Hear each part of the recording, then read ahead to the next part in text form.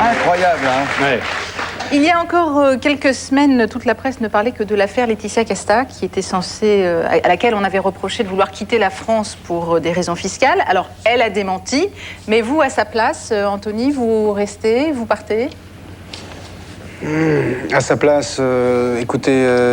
Avec beaucoup, enfin, une activité professionnelle qui rapporte beaucoup Je vais prendre encore un d'argent. contrôle sur les dents, là. Ouais. Je sais pas, ça dépend. Je suis pas à sa place, je sais pas ce qu'elle gère, je sais pas l'argent qu'elle a, le portefeuille. Non, mais c'est pas une démarche qui vous choque.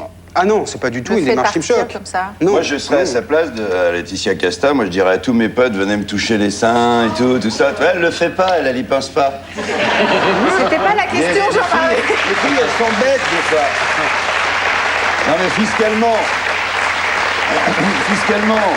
c'est tout simple. Si elle a la chance de travailler à l'étranger ou d'être comme les pilotes de Formule 1 qui travaillent dans 16 pays, tout, bon, c'est facile de se domicilier là ou là, et tu es imposé sur un Grand Prix, puis les 15 autres, tu ramasses. Nous, en France, par exemple, en ce qui me concerne, ben, je vis en France, je fais mes spectacles en France, donc je suis imposé en France, donc je paye tout ce qu'il faut payer, quoi. C'est énorme, mais bon. C'est comme ça. Il y a des gens qui sont dit Laetitia casse-toi. Moi, je dis Laetitia Casta, tu as raison de vivre ta vie et d'assumer. Voilà. Sûr, bien sûr. Alors, en tout cas, la fuite des... Bien sûr, alors. La fuite des talents.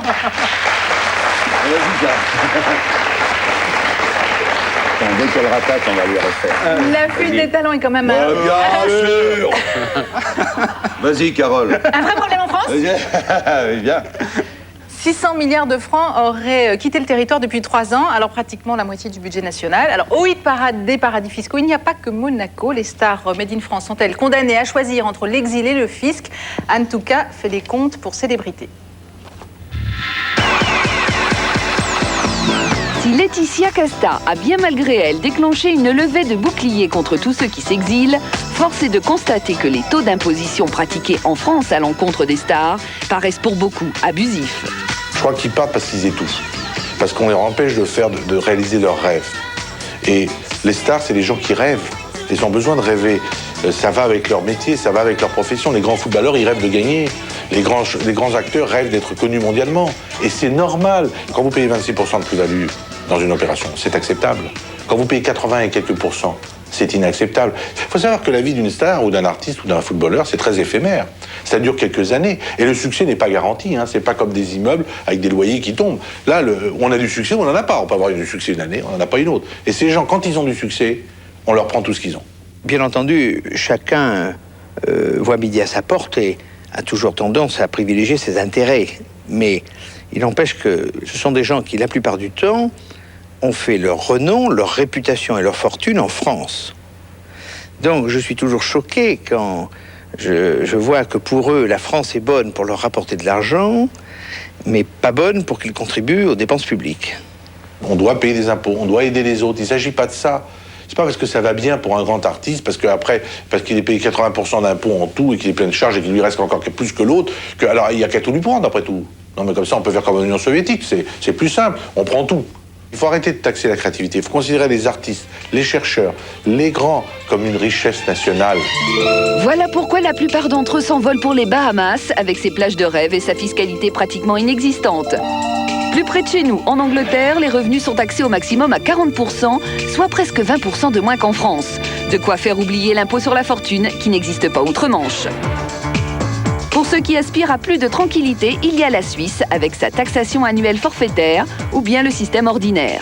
Mais obtenir le droit de résidence à l'étranger exige au moins 6 mois de présence dans le pays choisi. C'est la formule adoptée par Alain Delon. Monsieur Delon paye ses impôts au taux suisse, c'est-à-dire un taux qui avoisine les 40% quand même sur l'ensemble des revenus. Et ce qu'il faut préciser surtout, c'est que les artistes français qui résident en Suisse, lorsqu'ils fournissent sur sol français des prestations artistiques, autrement dit, lorsqu'ils tournent un film en France ou prennent part à une pièce de théâtre en France, sont taxés sur sol français et payent leurs impôts en France. Et il faut savoir que les prestations artistiques fournies par des artistes résidents en Suisse sont taxées à un taux d'environ 60% sur sol français. En 1996, soit 13 ans après le départ d'Alain Delon, Isabelle Adjani a elle aussi quitté la France pour la Suisse. Elle a décidé de prendre cette résidence pour des raisons d'ordre personnel que je ne peux pas commenter ici, qui tiennent à sa vie de famille. Ce qu'il faut dire dans son cas, c'est que son statut fiscal suisse lui coûte plus cher que ce que lui aurait coûté la décision qu'elle aurait pu prendre de rester en France. Pourquoi?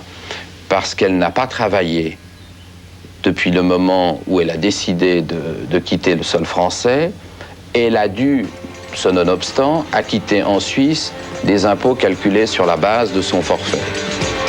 Bien d'autres sont partis avant elle et partiront encore. Alors on se demande pourquoi l'affaire Laetitia Casta, lancée par le Times, a choqué et fait tant de bruit. Ça ne choque pas les gens. Des ponts construits qui n'ont servi à rien. Des dépenses somptuaires de l'État qui ont été faites. Hein. Par contre, Laetitia Casta choque. Il faut arrêter avec cette mentalité qui moi, me devient odieuse. De regarder les gens dire, regardez-la, elle en a plus que les autres. Et alors, il n'y a qu'à faire comme elle. Je trouve qu'elle ne peut pas être le bouc émissaire d'un phénomène qui est beaucoup moins répandu qu'on le dit, puisqu'il ne concerne que quelques riches, mais qui concerne souvent des fortunes beaucoup plus importantes et qui sont parties à l'étranger, dont on ne parle pas.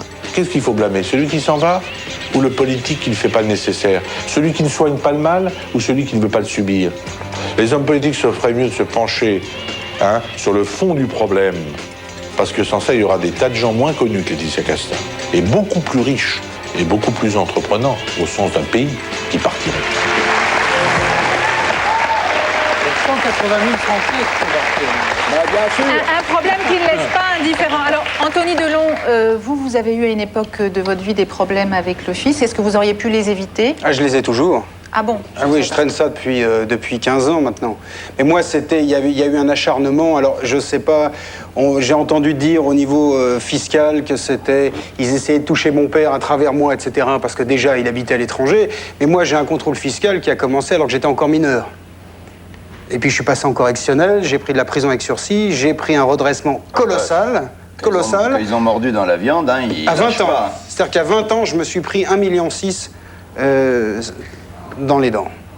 Et ça, c'est dur de s'en remettre. Hein. Voilà, sur le train de vie, sur des impositions à 100% sur des trucs complètement dingues, sur le fait que je sorte en boîte à l'époque, on m'invitait, alors ils pensaient que je payais le champagne alors qu'on m'invitait, enfin des trucs de fou. Et puis surtout sur des années où j'étais encore mineur. Quand on est mineur, en général, on ne paye pas d'impôts. J'ai été devant le Conseil d'État, je me suis fait ratatiner aussi, et puis je traîne ma casserole depuis 15 ans. Et il y aura une fin à ça ou... Quand j'aurai tout payé, Ouais. voilà, alors je paye. Mais c'est vachement dur de s'en remettre. Hein. Moi aussi, au début de ma carrière, et pour ça, il est intéressant ce reportage. Parce que moi, j'ai fait un peu avant que mon frère il s'occupe de mes affaires. Moi, j'étais là, moi, je gagnais un truc, je le dépensais. Je pensais que je pouvais le dépenser. C'est normal. Pas toucher. Pas un petit peu, les 3/4. De côté, la fiscalité française, pourquoi les gens se barrent? Si tu fais 1 million de bénéfices à la fin de l'année sur ta société, elle est imposée à 36%. Si tu te la donnes en salaire, tu as 60% de charges. Et sur cette somme obtenue, tu es imposé à 54%. Ça veut dire qu'on te gaule les 3/4.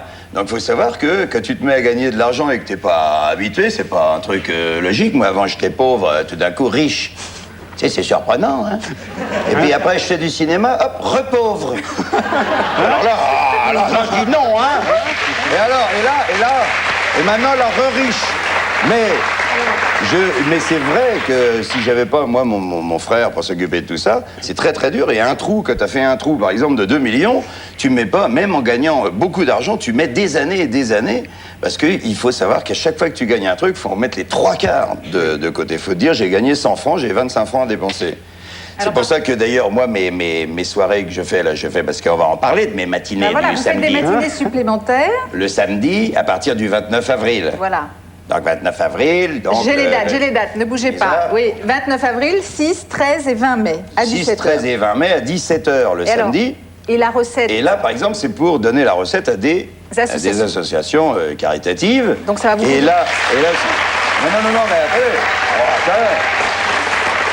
Et là, si jamais je veux faire un don et que le don soit égal à la recette, là aussi, par rapport à la fiscalité, je dois, moi, ne rien donner, je dois jouer, simplement. L'association vient avec sa billetterie et elle empoche la recette. Parce que si moi, je fais un chèque, je vais taxer 3 fois plus, quoi. Si je veux donner 200 000 francs, ça va me coûter 800 000 francs.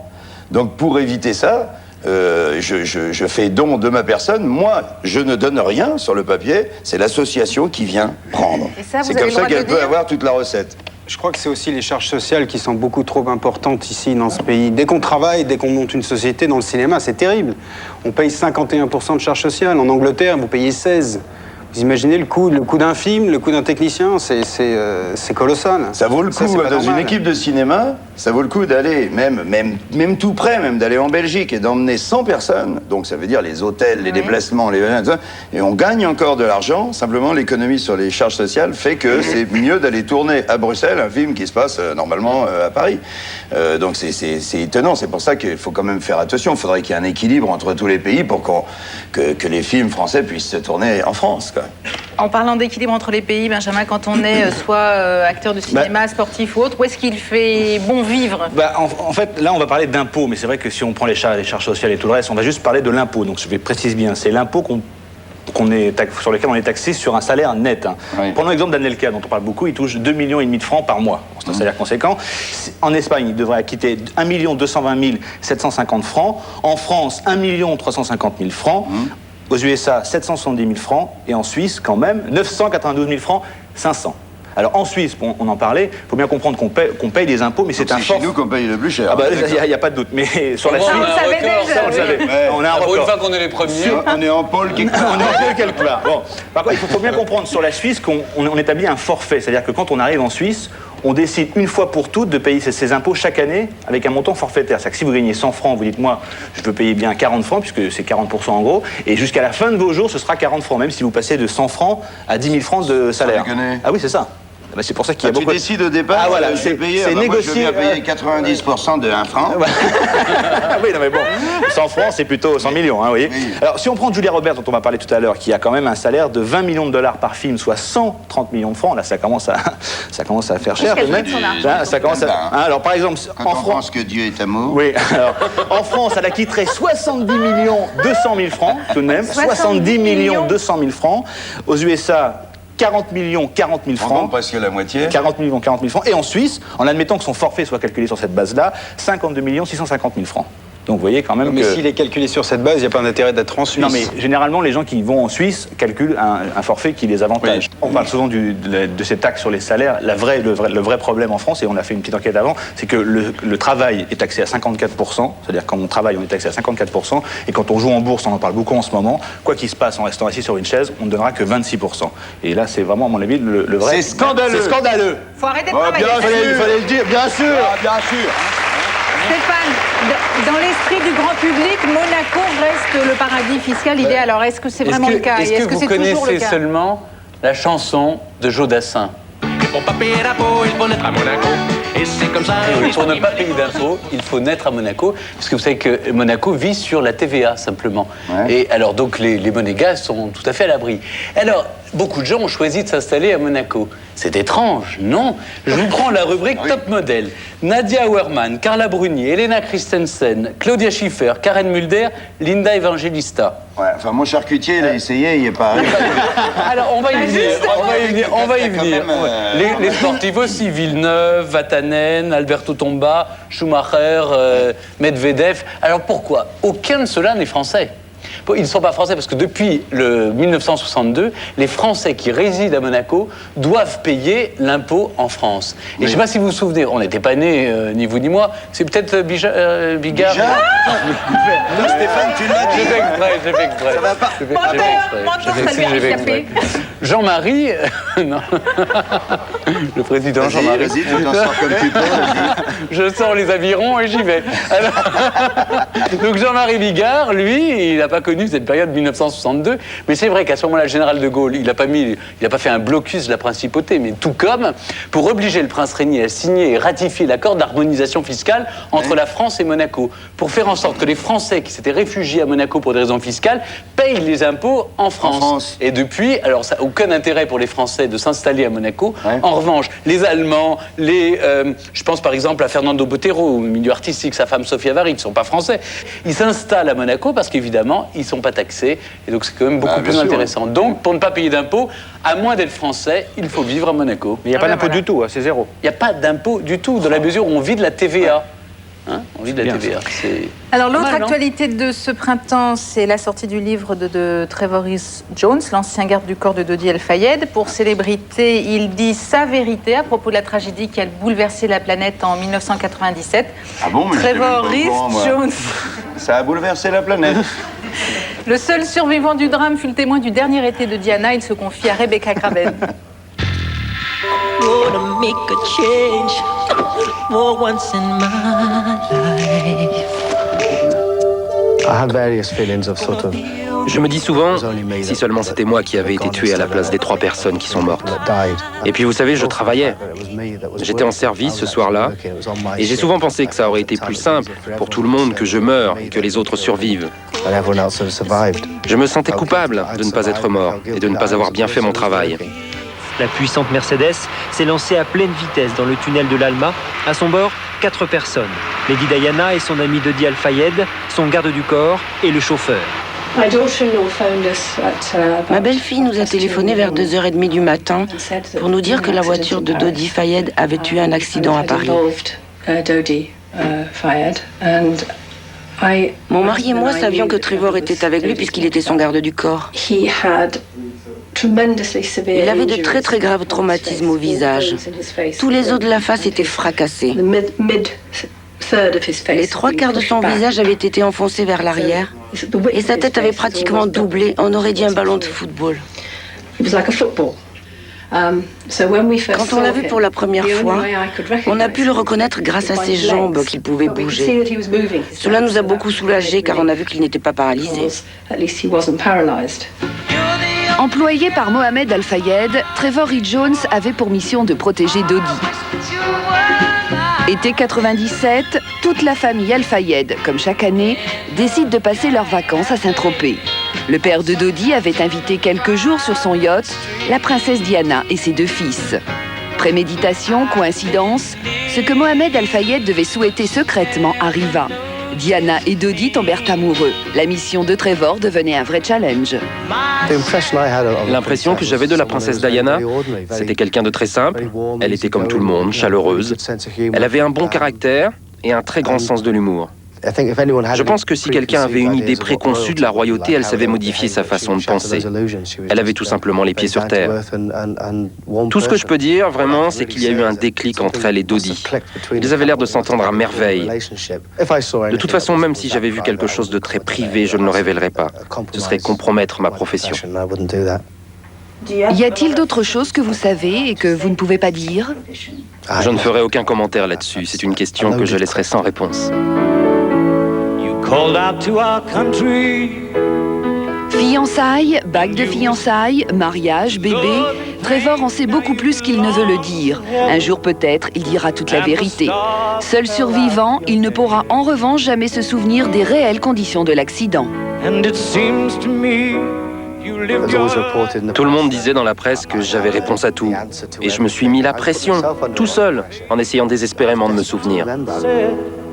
When the rain set in and your footsteps will always fall here along England's greenest hills. En fait, ce n'était rien d'autre qu'un terrible accident causé par un conducteur en état d'ivresse. J'ai eu accès au dossier d'investigation, car j'étais partie civile. Et rien de ce que j'ai vu, ou de ce que mes avocats ont vu dans ce dossier ne suggérait autre chose qu'un tragique accident. Monsieur Fayed continue de croire qu'il s'agissait d'un meurtre organisé par des agents secrets, mais moi je n'y crois pas.